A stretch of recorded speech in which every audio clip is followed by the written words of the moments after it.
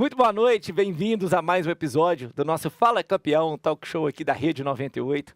Hoje falando com o campeão da advocacia, da vida, do empresariado, do empreendedorismo também. Muita gente fala que o advogado é mais travado, mas não é não.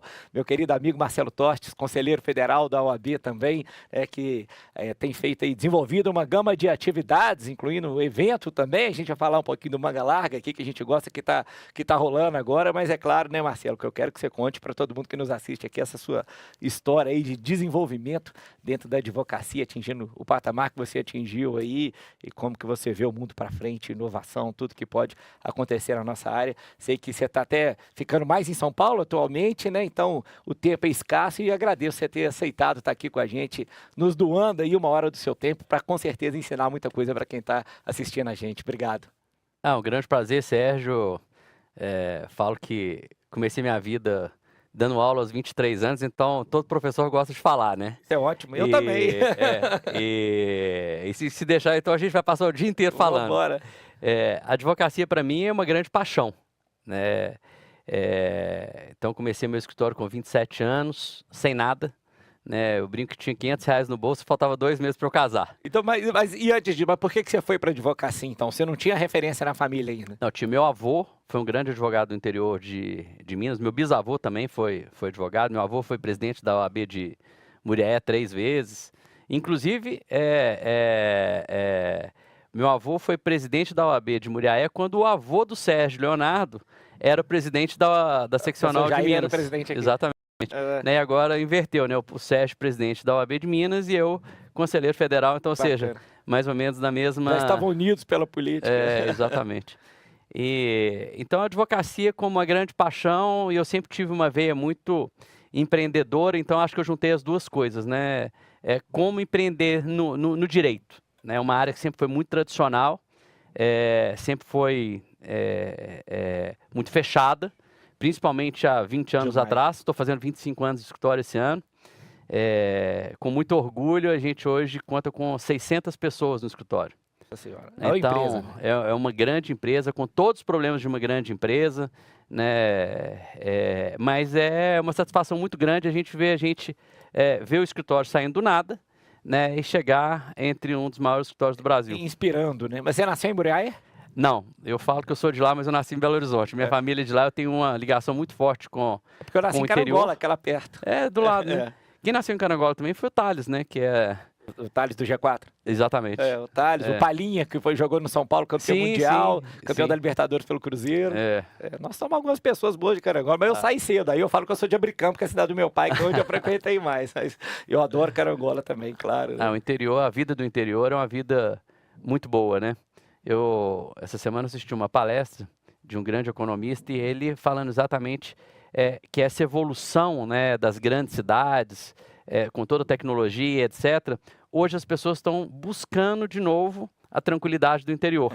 Então, por mais que você seja um empresário bem-sucedido, que você tenha inúmeras empresas, etc., etc., o que a gente busca no fim de semana? A tranquilidade.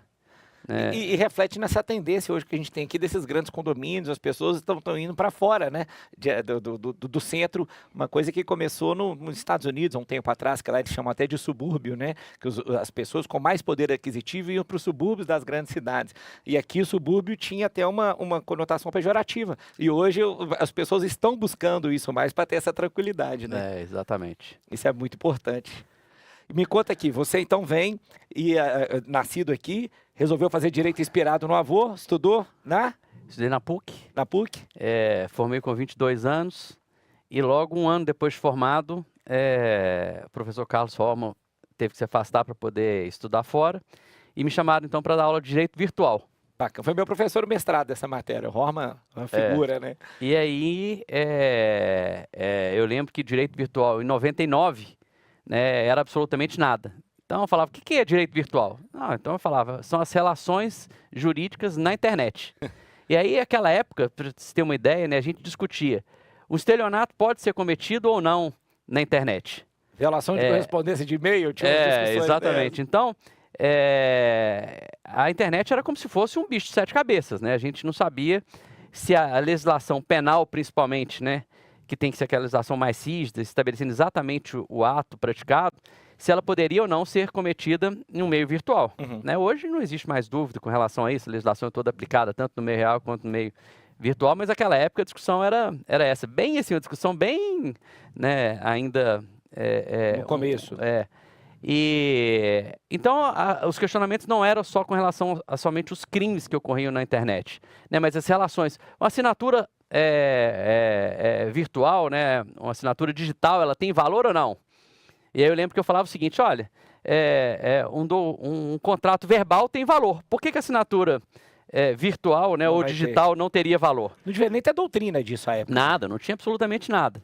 E aí eu lembro que na sala dos professores eu era colocado, Sérgio, como se fosse o professor de artes da escola, entendeu? Assim, professor de português, matemática, geografia, história. O de artes é o de artes é aquele que fica no cantinho, dá né? Aula de quê? De nada, deixa aí. Dá aula de quê? Direito virtual, pode ficar naquele cantinho ali. Né? E olha a importância que essa matéria assumiu ao longo desses 20 anos.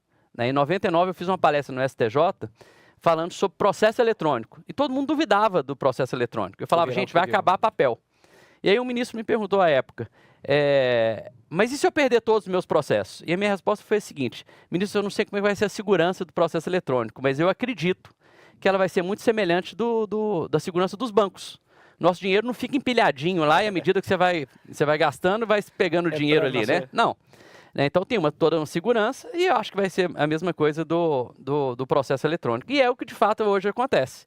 Né, o processo físico hoje, né, os meninos que estão iniciando a faculdade hoje nem sabem o que é um processo físico, basicamente. Porque querem no balcão, ralar a barriga do balcão do fórum, que eu falava. Né, então, essa mudança do processo eletrônico, né, dos sistemas que o judiciário vem incorporando cada dia mais no mundo jurídico, eu acho que vem só a melhorar.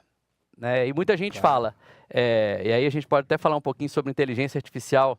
Eu quero falar porque eu sei dessa sua veia da inovação aí também. Eu sou apaixonado com inovação e sempre tive muito à frente disso, né? Escrevendo sobre tecnologia e direito. Inclusive agora eu estou escrevendo uma matéria super interessante, que é o senhor direito e a senhora tecnologia, fazendo uma comparação com homem e mulher, que são duas coisas tão distintas, mas igual homem e mulher, né, que se unem, até a própria Bíblia fala, né, se unem em uma só carne, né? Eu acho que tecnologia e direito a gente vai ter exatamente esse casamento. É um em carne se transformando numa só pessoa, né, numa só coisa. Porque a gente não vai mais conseguir separar o direito da tecnologia. E eu acho que vai ser um grande avanço e eu acredito o seguinte, tanto a área jurídica quanto os estados propriamente ditos deveriam investir muito mais em tecnologia do que a gente tem hoje. Sim. O que a gente percebe? A simples contratação de pessoas hoje pelo Estado, ela não resolve o problema do cidadão. Então, quando o Estado investe em tecnologia e disponibiliza para o cidadão, ou o próprio judiciário disponibiliza para o cidadão uma tecnologia que de fato funcione, a acessibilidade é muito maior. Né, ele tem muito maior possibilidade de acesso àqueles serviços, tanto do judiciário quanto do governo. Esse processo acabou acelerado também bastante pela pandemia, né? Acho que aquilo ali foi uma hora que quem não pensava em fazer se viu meio obrigado a fazer e abriu esse mundo aí. Quem falaria de fazer uma reunião no Zoom em 2018? Acredito que ninguém. Ou imaginar uma sustentação oral virtual de um advogado a 500 quilômetros aqui do Tribunal de Justiça, né? Sérgio, muito interessante que em 2017 eu tinha a melhor advogada que eu tinha em São Paulo, morava em Santos. E essa menina ia e voltava todos os dias. E eu falava para os meus sócios, essa menina não vai dar conta. É humanamente impossível uma hora para ir, uma hora para voltar, aquele trânsito. 2 horas para vir, 2 horas para voltar, Santos, São Paulo. E eu falava, humanamente impossível a pessoa conseguir fazer isso, né? Não, eu estou bem e tal. Daí há 6 meses aconteceu o que eu estava imaginando. Não dou conta mais tal. E eu perguntei para ela, e se você trabalhasse em casa? Né? Ela, não, se eu trabalhar em casa, eu topo. Né? E como ela era muito boa, a gente começou a trabalhar e era o esquema de mandar e-mail. Então mandava e-mail para cá, ela mandava e-mail para lá e voltava. E com base naquilo, eu pensei em criar um sistema da gente ter um contato mais rápido, mais fácil, que não fosse por e-mail. E aí eu criei um projeto, isso foi mais ou menos em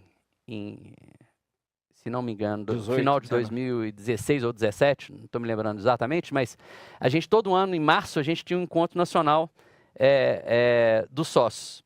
Então, isso foi mais ou menos em outubro, eu desenvolvi um projeto que chamava Escritório do Futuro, que era a gente ter 25% dos advogados em casa. Uhum. E eu fui desenvolvendo esse projeto meio que escondido, né? Criei um sistema que a gente enviava tudo aquilo para os advogados que estavam em casa e eles devolviam para a gente e tal. Chegou em março, eu fui apresentar isso para os sócios.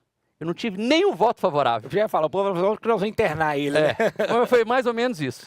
Né? Então eu falava, gente, mas para que todo mundo vem para cá todos os dias? Né? Se você consegue fazer em casa. E o projeto não foi bem aceito. Mas então, estava pronto já, guardei, eu acabei assumindo o custo, porque eu falei o seguinte, eu fiz escondido. Então assumi o custo O problema é meu, daquele projeto, né, Escritório do Futuro, e aí veio a pandemia. Sérgio, com a pandemia a gente pegou esse sistema, em 24 horas, botou para funcionar. a gente botou para funcionar. Mas aí você cobrou de volta, né? A gente tinha, em 48 horas a gente tinha 450 pessoas trabalhando em casa. Olha só. Né, com um sistema assim, sensacional, que a gente não tinha testado, porque ninguém tinha topado, mas então a gente botou em prática aquele sistema. Então, e aí eu tenho uma visão um pouco diferente do home office hoje, sabe?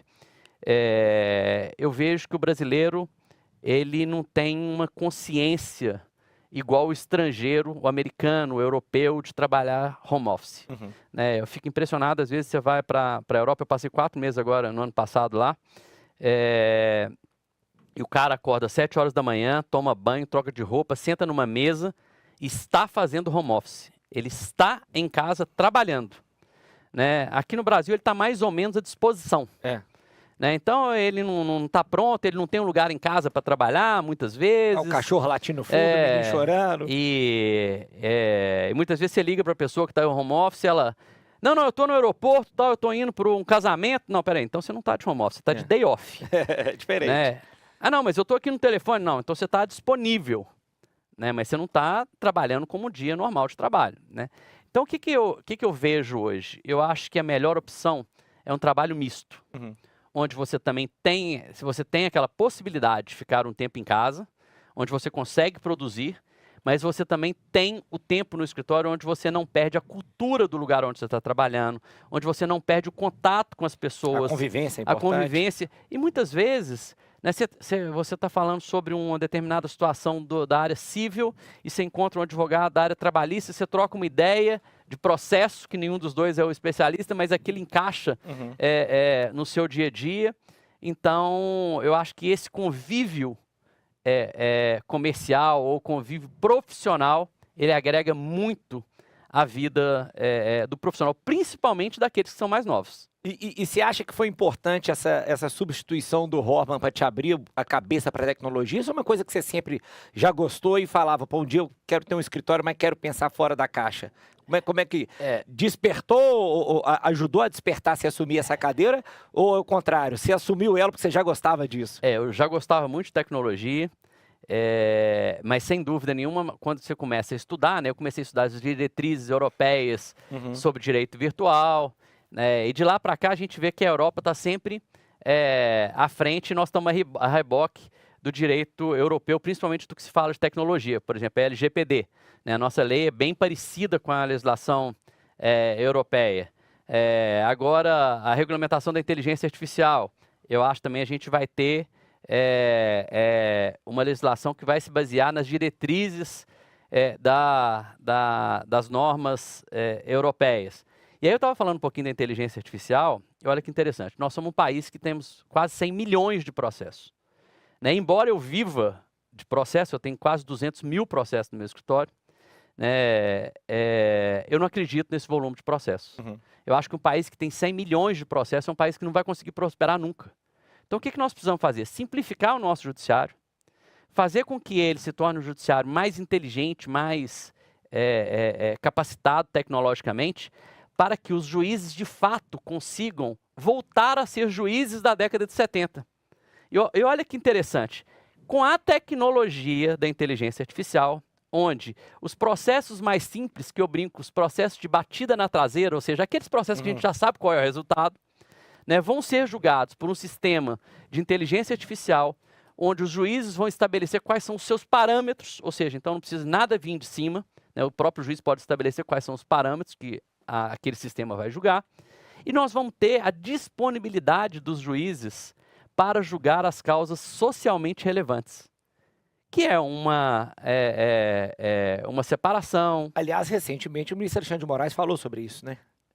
O Alexandre de Moraes fala muito sobre a utilização de tecnologia, né? Defendendo a utilização de tecnologia. Agora, semana passada, a gente bateu um papo aqui com o Paulo Leite, que é nossa grande referência política aqui da casa, e a gente acabou descambando um pouquinho para essa questão do judiciário, mas uma coisa que eu falei com ele, tem que ser um pouco top-down aí desse demandismo. Eu acho que também até um papel, já que eu falei do Alexandre de Moraes, de corte constitucional, né? Eu falei com ele, Paulo, é um absurdo a gente pensar que nós temos um juiz de Supremo Tribunal Federal determinando quantas gramas que diferencia o usuário do traficante. Um juiz de corte constitucional definindo quem foi o campeão brasileiro de 1987. Você não consegue explicar isso para um colega seu europeu, que a corte constitucional está definindo quem foi o campeão do Campeonato Brasileiro de Futebol, né?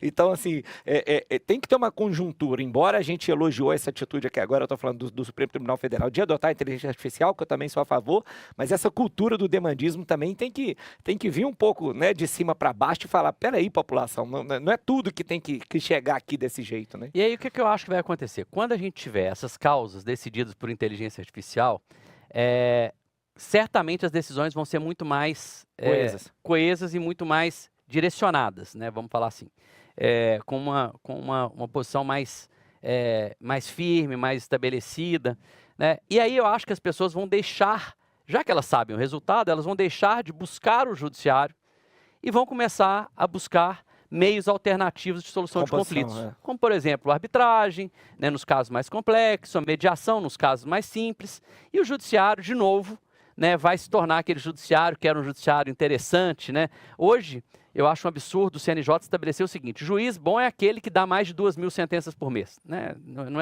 é o número, mas só para a gente colocar aí como uma coisa absurda, né? É claro que juiz nenhum vai conseguir dar 200 sentenças, 300 sentenças por mês. Então, o que ele faz? Ele pega os processos mais simples, né, dá aquelas sentenças e atinge a meta. Né? E aqueles processos mais complexos? Aqueles processos mais complexos, eu acho que é aquilo que o juiz tem que se debruçar, estudar, para que ele possa realmente trazer para a população uma solução eficiente que todo mundo espera do judiciário. Prestar jurisdição efetiva. Exatamente. Né? Então, você imagina o seguinte... eu dei um curso no Tribunal de Justiça para 10 turmas de 40 magistrados. Isso já tem algum tempo. E aí uma juíza me trouxe um caso que foi o seguinte, bem rapidamente. Uma mulher era casada com o senhor, e aí ela separou, ela tinha um filhinho, e daí a 9 meses nasceu um outro filho dela. E ela falava que esse novo filho era do relacionamento novo. E aí o ex-marido, quando ia buscar o menino em casa, começou a ver aquele menininho andando lá e falou, esse menino é minha cara, entrou com um reconhecimento de paternidade. Reconhecimento de paternidade.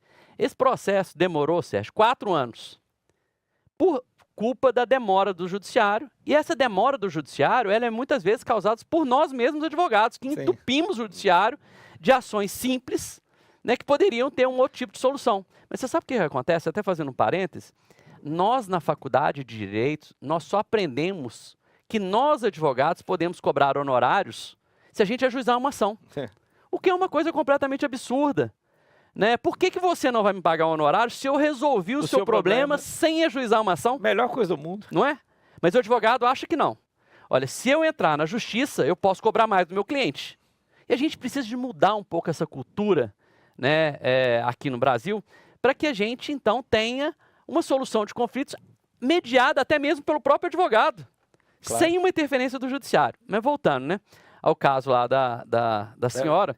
Então, 4 anos demorou o processo. 4 anos demorou o processo e realmente se verificou que o pai, o ex-marido, era o pai da criança. Mas ele perdeu 4 anos de convívio com E aí o seguinte, aquele menino, então, por uma culpa do judiciário, ele passa a ter um pai biológico e um pai afetivo, que criou ele durante 4 anos. Você imagina se lá na frente os 2 pais quebram e esse menino ele é condenado a sustentar os 2 pais. E aí ele fala o seguinte, espera aí, mas eu fui feito por um único homem. Eu só tenho que sustentar um. Não, meu filho, você tem um pai afetivo e você tem um pai biológico. Não, mas nessa situação, quem me causou essa situação foi a demora do judiciário. Né? Porque se tivesse resolvido em 6 meses, ele teria só o pai biológico, tá tudo certo. Tá tudo resolvido. Né? Ainda que ele convivesse lá com o marido da mãe, etc., tá tudo certo. Mas então, veja bem, se a gente desafogar os juízes dessa quantidade de processos, de batidas na traseira, né, de ações de consumo mais simples... No TRF, né? a causa previdenciária, né? Causa previdenciária. A loucura que é. A gente entrevistou aqui o nosso querido ex-colega, hoje desembargador Flávio Bozon, ele contando que desagou no gabinete de cada desembargador aqui, acho que 13, 14 mil processos de uma hora para outra. Você vai ver o volume do previdenciário, é absurdo. Agora, a culpa do previdenciário é de quem? Da União. Ineficiência da União. Por isso que tem que recorrer ao tribunal, né? Então, assim, não faz o menor sentido, né? E aí, isso gera o quê? Isso gera um custo absurdo pro Estado, né? O Estado, ano passado, gastou 130 bilhões de reais no judiciário. E aí a gente começa a questionar, né? É mais importante o judiciário ou a saúde? É mais importante o judiciário ou vamos falar o Minha Casa Minha Vida? Né? Não que a solução de conflitos não seja importante. Sim, claro o país sem justiça não existe democracia. Né? Mas a gente precisa enxugar um pouco essa máquina do judiciário para que o Estado possa gastar esse recurso para a própria população, né, em habitação, em saúde, em segurança, e a gente tenha um judiciário mais enxuto, com um volume menor de ações e que as pessoas consigam resolver essas pequenas questões através de uma mediação, através de uma arbitragem, sem ter que interferir na máquina pública. E você, hoje, ocupando esse relevante cargo, que é de Conselheiro Federal do AB, para quem não entende um pouco do nosso sistema, né, mas a gente fala que o Conselheiro Federal é uma espécie do nosso senador, né? A gente tem 3 conselheiros titulares e 3 suplentes. O Marcelo hoje é nosso Conselheiro Federal e no âmbito do Conselho Federal, que cada estado tem 3, por isso que a gente fala que é igual ao Senado, você tem lá, então, 81 advogados, se define muitas diretrizes. Quando você leva isso para lá, Marcelo, esse tipo de discussão, como é que você vê essa receptividade? Porque é o que a gente estava falando, a advocacia ela é muito fechada ainda.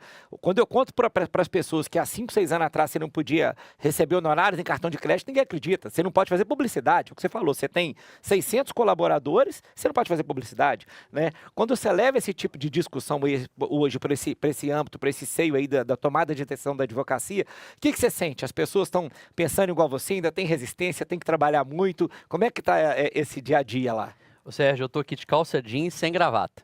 Eu parei de usar gravata em 2012. Eu estou te seguindo, eu só ando assim também. Então você imagina o seguinte, em 2012 não usar gravata, o advogado, era quase que um crime. Você fazer uma reunião como advogado sem gravata era quase que um crime, né? Então, ou seja, era só meio advogado, porque a gravata era a outra metade do advogado. Eu sou o único conselheiro federal que não uso gravata. Né? E é interessante exatamente isso, né? Eu sempre trago ideias novas, discussões novas, para que a gente possa mudar um pouquinho, sair um pouquinho da caixa. Gente, vamos pensar um pouco diferente. O Brasil é um país que tem 1.300.000 advogados. Quando eu falei isso num evento em Portugal, Portugal tem 16 milhões de habitantes. Na hora que eu falei que a gente tinha 1.600.000 advogados, eles falaram, não, peraí, você falou um número errado. Não. É 1.600.000 advogados mesmo. Né? Então, assim, não tem ninguém que mora num prédio que não tem um advogado. Não tem ninguém que mora num bairro de casa que não tem um advogado no quarteirão. Então, a gente precisa de sair um pouco da caixinha para poder trazer uma novidade e falar o seguinte, gente, vamos fazer desse nosso judiciário, ou dessa nossa área jurídica alguma coisa diferente. E essa é a minha proposta para o Conselho Federal. Sempre está levando coisas novas, sempre está tentando implementar um direito com uma visão um pouco diferente. Mas a receptividade você está tendo? É isso que eu queria saber. Eu sei que é difícil, mas esse é o trabalho de formiguinha. Pega um, pega outro, mostra. Falta um pouco ainda. O Conselho Federal ainda é bem tradicional, bem fechado. Né? Mas eu acho que com calma a gente vai conseguir chegar no que a gente quer, que é uma justiça mais ampla, uma prestação efetiva jurisdicional que a gente quer, porque é o complicado, quando a gente vai lá, o cara vai, o minha vizinho, o processo dela andou, o meu não andou, causa parecida, entramos junto, e você não consegue explicar, tem coisas, né? Então, não é fácil. Né? Bacana. Nós vamos ter que dar um intervalo aqui agora, Marcelo, aproveitando aí falando da advocacia, né? O nosso agradecimento aí à Caixa de Assistência da Advocacia Mineira.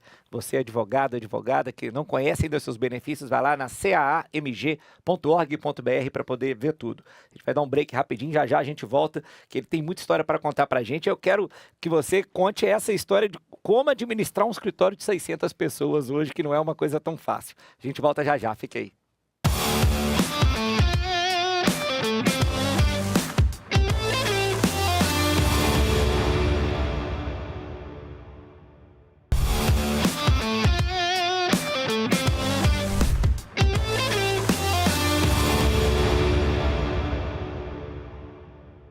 Estamos de volta com o nosso Fala Campeão, talk show aqui da Rede 98, hoje conversando com meu colega Marcelo Tostes, advogado, conselheiro federal da OAB, né? E falando do sistema OAB, agradecer aí a nossa parceria da Caixa de Assistência da Advocacia Mineira.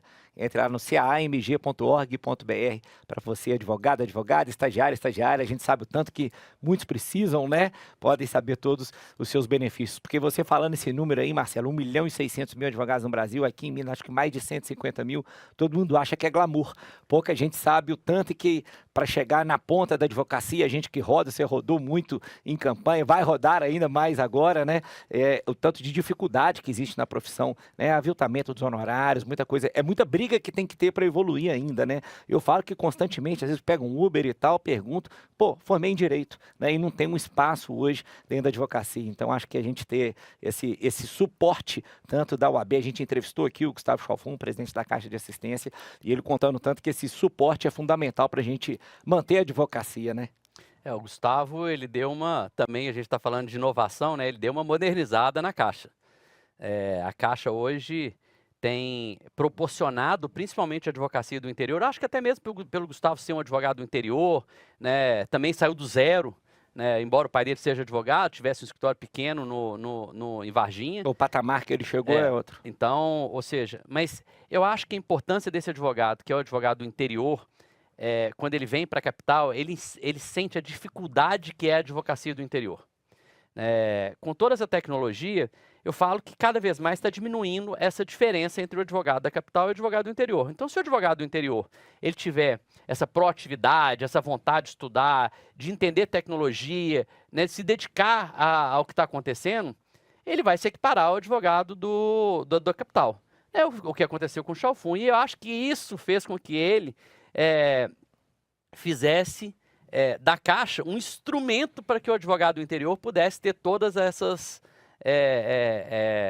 facilidades, vamos falar. Uhum. Né? Então ele tem construído sedes no interior, tal, eu tenho acompanhado bastante. É um trabalho brilhante do nosso presidente Gustavo Chalfon. E o contrário é verdadeiro. Outro dia eu fui fazer uma audiência em Buriti. Tinha muito tempo que eu não fazia audiência. Cheguei lá, 40 graus de terno, né? Aí não tem jeito, tem que usar. Eu falei, foi a sala do OAB que me salvou. Que eu cheguei mais cedo, consegui um espaço com ar-condicionado para tomar uma água, porque o fórum tinha uma estrutura mais reduzida e só aberto, 40 graus. Então eu falei, a gente também, o da capital que vai ao interior, tem que saber a importância que é a gente ter essa representatividade toda por aí, né? A OAB Federal também tem um projeto interessante de interiorização da advocacia.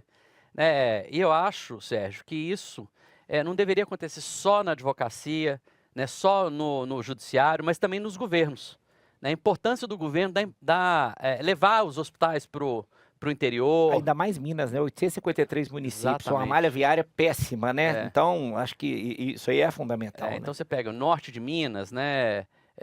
Uma área mais pobre. Então, eu acho que a obrigação do Estado é exatamente levar para essas regiões aquilo que o Estado pode levar, para evitar com que a pessoa ela tenha que se deslocar para cá. Né? Então, principalmente nessa parte da tecnologia, o Gustavo mesmo colocou, não sei se muito pouca gente sabe, mas hoje a gente tem um convênio com o Einstein, que é o melhor hospital do Brasil, da telemedicina, onde o advogado do interior ele pode se consultar com o médico do Einstein, de graça. Né? Então é sensacional esse papel da Caixa oferecendo esse tipo de serviço. Né? E você atingindo tanta gente assim, a gente acabou que eu falei, aqui a gente vai falando de um monte de assunto, mas uma coisa que eu acho curioso, que eu falei no encerramento do bloco aqui, quando você se forma e monta um escritório, passava na sua cabeça que um dia você ia ter um escritório de 600 pessoas? Ou você foi acontecendo? Porque eu acho que isso é muito de cada um, né? Eu falo assim, eu gosto muito de sustentação oral, de tribunal, então minha vida inteira eu falava, eu quero advogar, mas eu quero escritório pequeno, quero ir lá no tribunal, quero subir na tribuna. Sua ideia, com essa mentalidade que você sempre teve empreendedora e de tecnologia, já não, eu quero montar um negócio que eu quero fazer um grande escritório, acabou sendo um caminho natural? Não, Sérgio, eu sempre quis ter um grande escritório. Né? Eu sempre quis ter uma empresa de advocacia. Uhum. E eu acho que esse é um formato. Eu me propus a 2024 a investir em gente dentro do escritório. Então, no final do ano passado, eu falei: olha, ano de 2024 vai ser um ano em que o escritório vai investir em gente. Uhum. E o que é? Porque todo mundo me vê falando só de tecnologia. Tecnologia, compra isso, compra aquilo, um programa novo, investimento em inteligência artificial, investimento em máquina nova, em novos softwares e tal. Falei, não. Por quê? Porque não adianta a gente ter a tecnologia, a gente ter um bom software se a gente não investir em pessoas. Uhum. Se a pessoa não estiver ali trabalhando bem, se ela não estiver satisfeita, se ela não estiver num ambiente legal, agradável, ela não, com toda a tecnologia do mundo, ela não vai estar satisfeita. Então a gente precisa ter sócios, né, e profissionais satisfeitos para trabalhar dentro de uma grande instituição com quase 600 pessoas. E eu sempre quis ter, eu tinha 2 sonhos, era ter um grande escritório e ter uma fazenda com cerquinha branca. Então, as duas se atingiu. Daqui a pouco nós vamos falar dessa fazenda aí. Conseguiu atingir os 2. Agora, você falou de investir em pessoa, que eu acho que é mais legal. Eu lembro que existe um certo receio das pessoas com a tecnologia, que um vai tomar o espaço do outro. Né? E eu me lembro, eu li naquele, salvo engano, é o Yuval Harari, que fez o Homo Deus, o Homo Sapiens, tem um livro dele sobre diretriz do século XXI, e acho muito legal essa interpretação que eu falo, que as pessoas têm que aprender que a inteligência artificial ela pode ser uma grande aliada do ser humano e não uma concorrente do ser humano. Ela vai eliminar o ser humano que não se permitiu estudar e trabalhar com ela. E esses são valores que você consegue passar hoje, a turma entende isso, porque eu na rua vejo muita gente falar, a inteligência artificial vai fazer petição e eu vou mandar um monte de advogado embora. Não é o caso, né? Não, de jeito nenhum. Na verdade, é o seguinte, a minha ideia é, a inteligência artificial tira o trabalho burocrático, né, aquele trabalho repetitivo, e a gente vai formar os profissionais para poder ensinar a máquina a produzir melhor. Né? Então, não é que a gente vai ter a máquina substituindo a pessoa, não, a pessoa vai ter que se especializar, ela vai ter que se profissionalizar, né, num novo conceito de advocacia que vai ser, eu vou ter que ensinar uma máquina a trabalhar do meu lado. Uhum. Né? Então eu não tenho o menor medo, os bons profissionais são aqueles que conseguem se adaptar. E os profissionais ruins são aqueles que sempre reclamam. Ah, não tá bom. Ah, porque a culpa não é minha. Ah, porque é aquele que se vitimiza. Né? Aliás, a gente tem, eu falo que a gente tem, né, duas partes. Né, o homem é formado mais ou menos o seguinte, né, aquele que sempre se vitimiza, né, ou aquele que aproveita aquele problema que ele teve, né, e cresce. Né? O problema que ele teve nunca é esquecido. Uhum. Né? Eu já tive vários problemas, né, você também, tanto na vida profissional quanto na vida pessoal, e não adianta a gente falar o seguinte, não, eu faria diferente. Não, eu vou ressignificar aquilo que eu vivi, né, crescendo e mudando o daqui para frente. Né? E aquele que é a vítima? Nossa, porque eu perdi meu pai muito novo. Eu também perdi meu pai muito novo e aquilo me fez crescer de uma forte para poder ajudar meus irmãos, minha família, etc. Né? Aquele que fala, ah, mas a inteligência artificial vai acabar com o meu emprego, então eu vou perder o meu emprego. Aprenda a trabalhar com inteligência artificial. Que ela é sua aliada, né? Que ela é sua aliada. Então, ou seja, o que eu falo para o jovem advogado é o seguinte, né, tudo que você for pensar na vida, pense com tecnologia. Se você pensar em qualquer coisa com tecnologia, você vai se dar bem na vida.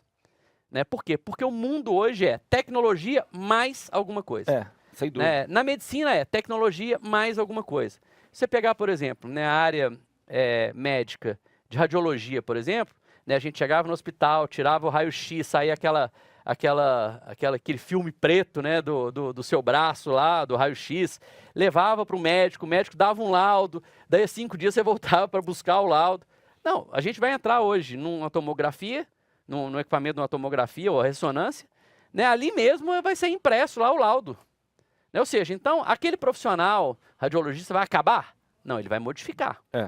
Ele vai ter que ensinar essa máquina a dar o laudo automático, né, ele vai supervisionar aquele laudo que saiu da máquina. Uhum. Então a gente tem que aprender a fazer isso na advocacia também, ao invés de ficar aí chorando, Só reclamando. né, reclamando que vai acabar, não. Mude o foco, fale, entenda que a tecnologia tem que estar no seu dia a dia, e aí eu tenho certeza que a gente vai formar grandes profissionais. E hoje, com esse tanto de gente, eu não tenho nem dúvida, mas já no começo, então, quando você começou a estruturar o seu escritório, você já pensou e montou tecnologia interna, ou você ia contando com desenvolvedores fora, ou você ia vendo no mercado, pô, gostei desse aplicativo, disso aqui, vou entrar lá, ou não, a ideia saía da sua cabeça e procurava alguém para desenvolver? A gente tinha muita coisa interna. Você foi montando e aí, interno. Em 2012, eu montei um negócio, uma empresa que chamava De Acordo. E o que era essa empresa, De Acordo? E o slogan era muito interessante, combinado não sai caro. Era uma empresa que era um totem, antes da gente ter os totens de aeroporto, eu desenvolvi um totem que a gente colocava nos Procons, e a pessoa clicava lá, por exemplo, Volks, Samsung, os nossos clientes, e então aquele totem aparecia um advogado e a gente fazia uma videoconferência em 2012 e fazia um acordo antes da pessoa entrar com a ação no Procon. 12 anos atrás, então. 12 anos atrás. E a gente diminuiu muito a entrada de processo para esses nossos clientes. Né? E o pessoal falava o seguinte, mas você vive de processo, você vai montar uma empresa que chama De Acordo, você vai acabar com seus processos? Eu falava, olha, eu não acredito nesse volume de ação. Então, se eu tenho um cliente que eu consigo diminuir o volume de ação dele, eu vou ser advogado desse cara por mais 50 anos. Se o meu interesse é que o meu cliente cada vez mais tenha processo, uma hora ele vai falar o seguinte, não, esse advogado não serve, eu vou querer um cara que resolve meus problemas, não que protele meus problemas. Exatamente. Né? Então, eu acho que essa visão que a gente tem que ter primeiro, de não aproveitar dessa enxurrada de processos no judiciário. Né? Isso não leva nada a lugar nenhum. O advogado não vai ganhar mais dinheiro com esse mundo de processos, porque cada vez mais que a gente tem esse processo, a gente vai ter mais advogado, né? E aí os honorários são cada vez mais aviltantes, e aí começa aquela discussão de novo. Canibalismo, né? Então o que eu acho que a gente precisa é se profissionalizar, se preparar para essa nova advocacia 4.0, né, ou 5.0 já, né, com a inteligência artificial, e aí sim a gente vai pensar no novo judiciário, no novo escritório de advocacia, no novo estado, né? Se você pegar, por exemplo, né, o estado de Minas, o estado de Minas não é eficiente no atendimento à população, contrata mais 10 mil pessoas, resolve? Não. Não resolve. Né? Então a gente tem que estar preparado para quê? Para fornecer ao cidadão tecnologia. E que fique esse alerta aí, porque acontece muito antes do que qualquer um imagine, né? Hoje eu falo isso, meu pai está com 75 anos, já aposentou há 10, mas quando ele vai contar assim, ele não consegue fazer uma pesquisa de jurisprudência no computador, ele é de outra época já, né? E nós estamos falando de 10 anos atrás que ele aposentou. Uhum. Hoje, petição Tolkien, não mexe com isso, não entende. Então passa muito rápido, né? Da época que ele pesquisava jurisprudência em livro, digitava na máquina de escrever, né? Então fique atento com o que o Marcelo está falando, você que está nos assistindo, porque sem dúvida nenhuma isso passa muito mais rápido do que a gente imagina, né? É o que você está falando aí. Em 2012 você falava de coisa que ninguém estava entendendo que uma hora chegaria, né? A dinamicidade da tecnologia é um negócio muito e nesse texto que a gente estava falando no último bloco, né, que eu estou escrevendo sobre direito e tecnologia. Direito e tecnologia, né? A senhora tecnologia e o senhor direito, como se fosse um casal, um homem e a mulher, com todas as diferenças do homem e da mulher, da tecnologia e do direito. Né, a gente vê a tecnologia uma mudança muito rápida. Então, do dia para a noite se desenvolve um novo software e muda completamente. E o direito? O direito não. O direito vem atrás do costume, vem a reboque do costume da sociedade. E depois que aquele costume se solidifica, o que a gente tem? Altera a lei. A gente tem o início do processo de mudança legislativa, que é um processo extremamente demorado. Né? Então, mais uma vez, uma diferença, né, entre a tecnologia e o direito, mas que estão unidos ali igual unha e carne. A gente não vai conseguir dissociar mais essas duas palavras como se fosse um casamento. Vamos ver que já essas mudanças novas aí vão acontecer e a gente vai presenciar. Mas, Marcelo, eu queria agora, já que a gente falou de muita coisa bacana, eu sou um defensor extremo aqui em Belo Horizonte, sei que você é muito preocupado, você já falou várias vezes, eu vejo que o seu assunto vai em política, que você gosta, é preocupado com o desenvolvimento, é preocupado, né, com o crescimento da cidade, e você falou do seu outro sonho, que era a fazenda com a cerquinha branca, e eu sei que você tem, e que essa semana nós estamos tendo aqui, já há um tempo, em Belo Horizonte, o evento do Manga Larga, né? Eu cito direto, entrevistei aqui o Sérgio Sete Câmara para falar da Stock Car, falei com o Paulo Leite semana passada na entrevista disso, defendendo, que me dá uma raiva de quem é contra as grandes coisas, para crescer e dar o nome da cidade. E esse é um baita de um evento que movimenta aqui, traz o Brasil inteiro para Belo Horizonte, né? Explica primeiro um pouco desse sonho, né? Da alegria que você conseguiu alcançar além do seu escritório que era fazer, e como que você participa disso hoje e da importância que esse evento tem para Belo Horizonte hoje, que eu acho que muita gente não tem a magnitude do tamanho que é o evento Manga Larga que se realiza anualmente aqui. Já estamos aí com mais de uma semana de evento. O Manga Larga hoje é a segunda maior festa de Belo Horizonte, só perde para o Carnaval. Ah, é? Em número de pessoas, de ocupação de hotel. Então, realmente, a gente consegue trazer pessoas do Brasil inteiro para a Gameleira, né, que é o nosso centro sagrado, né? Todo ano eu falo que no Manga Larga é melhor do que o futebol, que a gente tem uma Copa do Mundo todos os anos em Belo Horizonte. Em Belo Horizonte. Né? Então, Belo Horizonte, o mineiro uma pessoa que recebe muito bem, né? Que sempre tá de braços abertos a receber o brasileiro de todos os outros locais. Então, é uma festa maravilhosa que todo mundo precisa ir lá na Gameleira para poder conhecer. E tirando a beleza dos cavalos, né, Sérgio? Já é melhor que o futebol, porque o futebol mais gente sofre. Pouco sofre, não é só o criador que fica lá sofrendo. Mas a gente sofre muito, viu? Eu falo que do direito a gente sofre com a barriga no balcão, né? Na exposição a gente sofre com a barriga na cerca, né? Fica ali, né? Arreda pra cá, não, muda pra lá, tal, levanta a cabeça do cavalo. Ansioso. Né? Mas é uma delícia ali a gente tá competindo, e a gente compete com amigos, né? Então não tem aquela rixa. É um ambiente amistoso, né? Muito amistoso e todo mundo querendo o bem comum do cavalo, né? Então eu falo que eu sempre sonhei de estar sentado numa cerquinha branca e vendo, né, uns cavalos. E aí, diferente de toda a minha família, ninguém nunca teve uma fazenda, né? Eu sempre amei cavalo, desde pequeno. Ó, coisa interessante. Mas já estudava sobre, já entendia alguma coisa? Quando você conseguiu comprar a fazenda e montar isso aí, você já entendeu? Não, eu não entendi. Você foi aprendendo durante? Eu não entendia do Manga Larga Machador, não. Mas eu sempre montei desde pequeno. Ia para a fazenda dos meus primos tal, e gostava muito de montar. E aí, acabei também levando tecnologia para a área rural. Hoje a gente tem o maior laboratório de reprodução mais tecnológico, todos os ARAS no Brasil.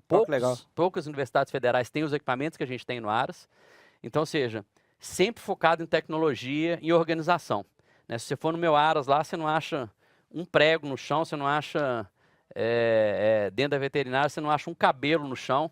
E isso faz o quê? Faz com que você, com a tecnologia, né, e todo cuidado, mesmo sendo fazenda, né, você tenha ali uma possibilidade de ter um sucesso maior.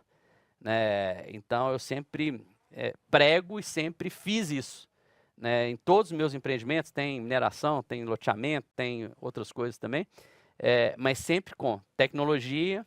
Tecnologia sempre auxiliando de alguma forma, né? Exatamente. Minhas filhas falaram: pai, mas você acha que eu estudo o quê? Qualquer coisa, minha filha, mas com tecnologia.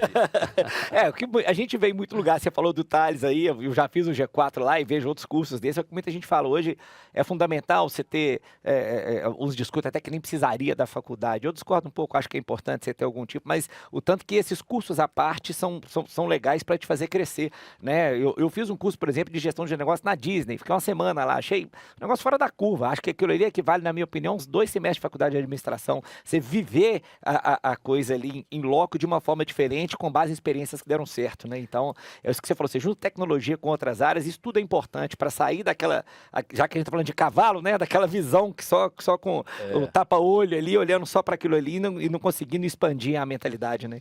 Inclusive eu vou fazer uma mentoria com o Thales lá da G4, exatamente em busca dessa visão do futuro, né? Eu acho que a gente tem que estar sempre preocupado em entender para onde é que o mundo vai. Eu estou lendo o livro do Elon Musk. É um cara super polêmico, né, que quase quebrou as duas empresas, tanto a Tesla quanto a SpaceX, e hoje tem o homem mais rico do mundo. O homem mais rico do mundo. Né? E eu estou lendo o livro não é por conta dele ser o homem mais rico do mundo, de querer perseguir alguma coisa com relação ao dinheiro. Na verdade, Sérgio, eu nunca busquei o dinheiro. Né? O dinheiro sempre foi uma consequência na minha vida. né? Eu acho que quando você tem essa visão de vou fazer o correto, você acaba tendo retorno. Vou fazer Mas, com amor, vou fazer, né, fazer com excelência. O livro do Elon Musk é assim... Eu li a biografia dele. Para mim, um aprendizado sensacional de como enfrentar as dificuldades. Né? Porque quando as coisas estão fáceis, é tudo muito bom. Quando o rio corre pro mar, né? É maravilhoso. Quando você está ganhando pouco... Agora, na hora que você está ali enfrentando uma onda, aí sim é que você precisa de tomar as decisões, muitas vezes decisões rápidas e assertivas. E como é que você toma essas decisões? Com experiência de um curso, de uma aula, de uma leitura, né? Então, cada vez que a gente se prepara mais, a gente está preparado para essa onda negativa que vai acontecer na vida da gente, tanto na vida profissional quanto na vida profissional, quanto na vida pessoal. É o balanço de teoria e prática também, né? Isso é importante, você está estudando, mas também você vivenciar, não adianta ficar só sentado dentro do livro também, né? Lendo o tempo inteiro, que dificilmente você vai evoluir só com isso. Exatamente, né? É isso aí. Eu vejo essa preocupação sua, Marcelo, e me chama a atenção, eu que te acompanho, te conheço, né?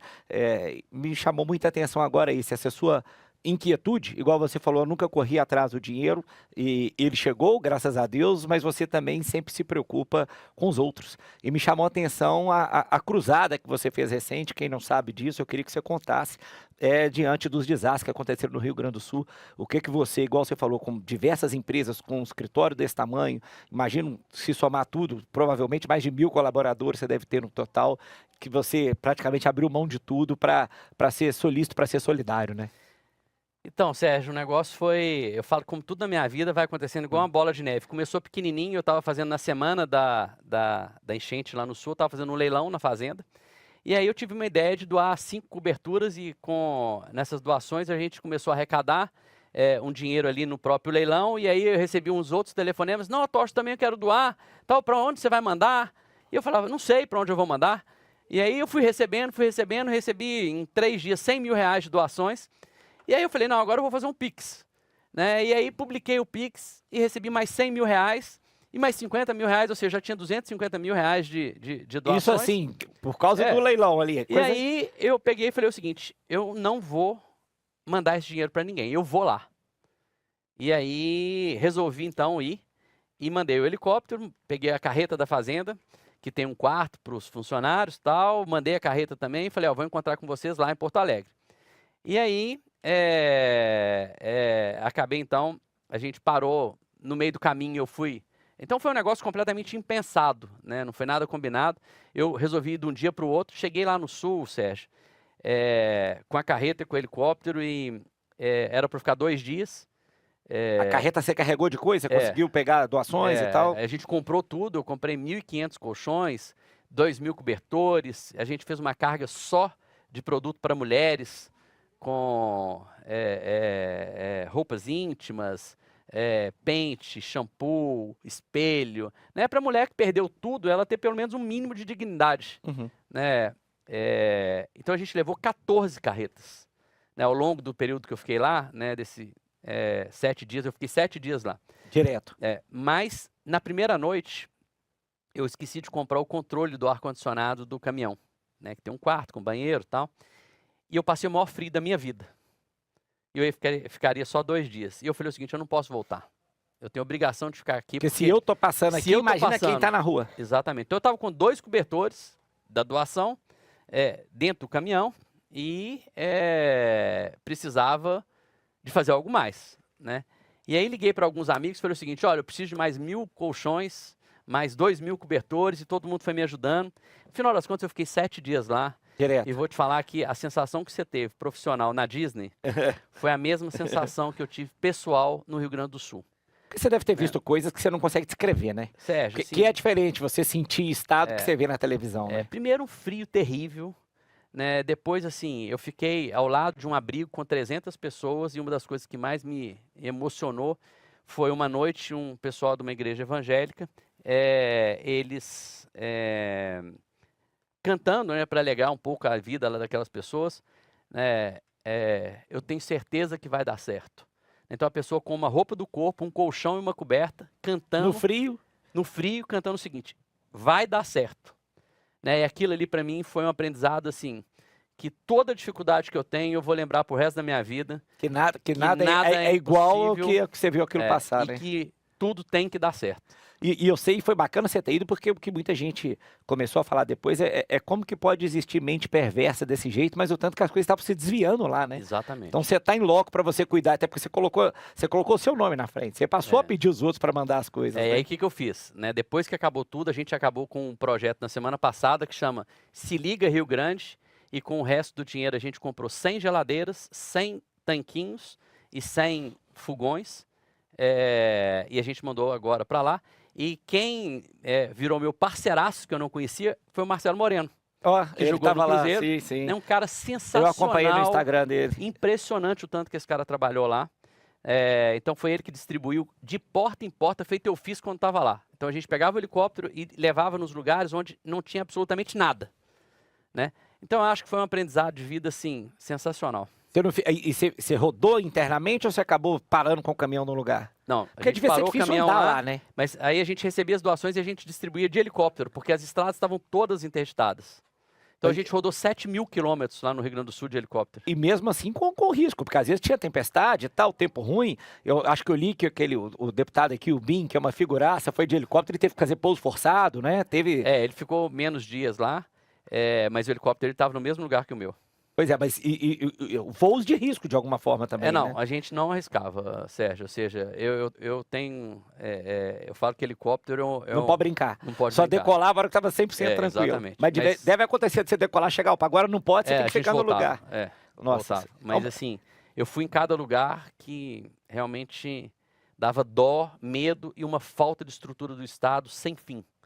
Né? Não tinha governo federal, não tinha governo do Estado, não tinha ninguém ajudando, eram só voluntários. É por isso que tem que contar essa história. Eu falo que quem faz o bem, às vezes, não quer ficar falando, mas é importante falar para poder inspirar, né, as pessoas a continuarem a fazer assim. Então, que o seu exemplo aí também, esperamos que não tenham mais catástrofes, mas infelizmente pelo mundo que a gente vive, seja por condição, né, climática, de saúde, enfim, pode acontecer a qualquer momento, mas que inspire, né, as pessoas a realmente conseguirem ir lá e agir. Eu confesso que eu vendo aquilo, eu ficava assim, realmente emocionado e falava, dava vontade. Eu tenho uma filha de 1 ano em casa, então para mim já era um pouco mais complicado, mas dava vontade, inspirava realmente várias pessoas que eu vi fazendo isso e tenho certeza que você vai inspirar muita gente. Foi a experiência mais gratificante da sua vida. Sem dúvida, sem dúvida. Eu falo o seguinte, pega Mariana, Brumadinho, aquela tragédia em Petrópolis, junta tudo, não dá 10% do que eu vi lá. Que loucura, né? Foi uma loucura realmente, e eu acho que os governos precisam se preparar para esse tipo de catástrofe, porque ela vai acontecer um dia. Infelizmente, né? Mas a gente não está preparado para isso. Tomara que sirva de lição, então, né? Exatamente. Marcelo, só tenho que te agradecer. Obrigado. Um grande prazer. Obrigado por você ter vindo aí, contado a sua história inspiradora nessas áreas de direito, de empreendedorismo, social também, né? Por isso que eu falava que eu tinha certeza que esse bate-papo ia ser até curto, pro tanto que a gente poderia até falar mais, mas sem dúvida nenhuma suas palavras aí não só inspiram, mas como atentam os estudantes, os advogados da prática, né, do direito, aqueles que pensam na tecnologia e para refletir sobre o futuro do mundo de uma forma geral, né? Obrigado por ter aceitado e ensinado a gente. Um grande prazer estar aqui. Esse programa seu eu sempre assisto. É um programa de referência, então é uma honra muito grande estar aqui, principalmente pelos nomes que já passaram por aqui. Mais um grande nome. Obrigado. A gente se vê no Manga Larga, hein? Vamos deixar o convite aí lá no Expo Minas, essa baita festa que existe aqui, que engrandece Belo Horizonte cada vez mais e que mais um evento que o nosso querido Marcelo Tosti está por trás aqui. Eu agradeço a sua presença aqui mais essa noite com a gente. Nosso agradecimento à Caixa de Assistência da Advocacia Mineira também. Semana que vem a gente volta. Um abraço.